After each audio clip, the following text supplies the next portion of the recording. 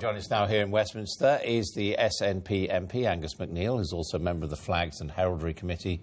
And in Edinburgh, we're joined by the Scottish journalist and blogger, Alex Massie. Alex Massie, I think you're giving your support to no. Do you think it's helpful to tell everybody to fly the Saltire? Well, I mean, obviously, the manner in which Downing Street failed to fly the St Andrew's Cross this afternoon suggested that elements of the Better Together campaign are currently being scripted or run by, some unholy combination of Armando Iannucci and Chris Morris. I mean, it was very reminiscent of the day-to-day or the thick of it and so on. But look, equally, I'm not sure that Ed Miliband's suggestion that, the town hall in Dunstable or Basingstoke should fly the Saltire will somehow really make a massive difference to the independence referendum. But, in the end, it seems to be perfectly reasonable that the Prime Minister and the leader of the Labour Party should have a say and an input and have their voices heard in what is, after all, a debate about the future of their country. Not just a debate about the future of Scotland. And there is something, I think, rather contemptible about some of the chippier nationalists and so on, who say that David Cameron, for instance, is chicken if he doesn't engage with Scotland and if he doesn't say anything, but that it is somehow reprehensible and illegitimate in some bizarre fashion for him to come to Scotland and actually say what he thinks, make a case for the arguments in which he believes. Angus MacNeil, what do you make of that? Because independence, if the vote is yes, affects the whole of the UK. Why shouldn't we fly the flag everywhere? Well, I think it's fantastic that he wants to fly the flag. I just look back to the Commonwealth Games when the blue and white smoke coming out of the Red Arrows plane was a no-no, a taboo for the Minister of Defence. The Defence Secretary said you couldn't have blue and white smoke. Today, when they realised that the power over Scotland is in the hands of Scottish people, they're bowing and scraping to the Scots, and they've got the flag trying to go up the mast at Downing Street. It was actually very amusing watching Sky News when Kay Burley said, "Is this a sign that we're better together?" And right on cue, the Saltire fell over Downing Street. It's a massive amusement to hear all over Scotland. Sorry? You see it as an omen, do you? It has to be.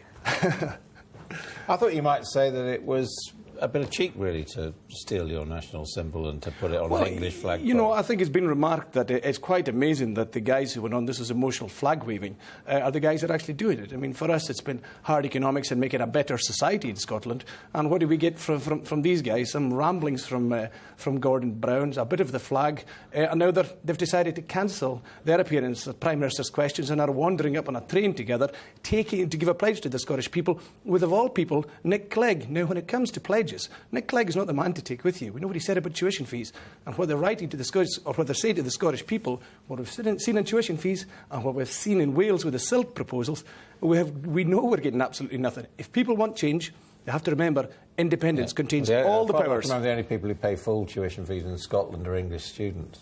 This is true, because the Scottish Government treats students in England, English students, the same way as the English government, or the UK government, is treating those students. The Scottish government has a different approach, and that approach, I think, is the best approach, and that's one of the reasons Scottish people are going for independence, because we do know that if we don't go for independence, there's an 11% cut in public spending coming down the road from the chosen austerity, the austerity cult at Westminster. That's going to hurt Scots, not just in education, but also in the health service. We know that full well. Let's bring in Alex Massie. Alex Massie, what do you make of this armada being deployed to persuade Scotland, if you like, tomorrow?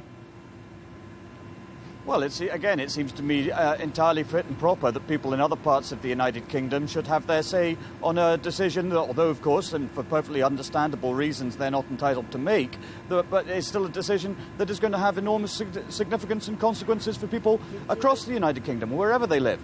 And on the flag thing and so on, there's something, again, I think, rather disagreeably aggrandising about the nationalist movement to try and claim the Saltire for the Yes campaign. It doesn't belong to the SNP or any one political party. It belongs to the people of Scotland entirely. Now, that's the case whether they vote yes or no or don't even vote at all.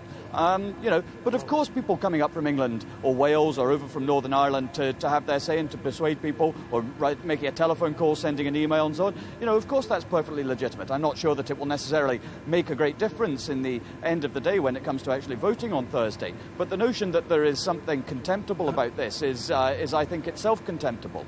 But I think it's people from across the world that are coming to Scotland and saying, go for it, Scotland. You know, it's an international solidarity that's really happening with Scotland. It's voices from across the world that are saying, go for it, Scotland, join us. The world has four times more independent nations than it did 50, 100 years ago, and the international support for Scotland now is fantastic. It's uplifting, in fact. But, I mean, Alex Massie, doesn't it look a bit, a bit rich now to take the Saltire and to try and use it as a symbol of unity when Alex Salmond got into a bit of trouble for trying to fly the Saltire at Wimbledon when Andy Murray won?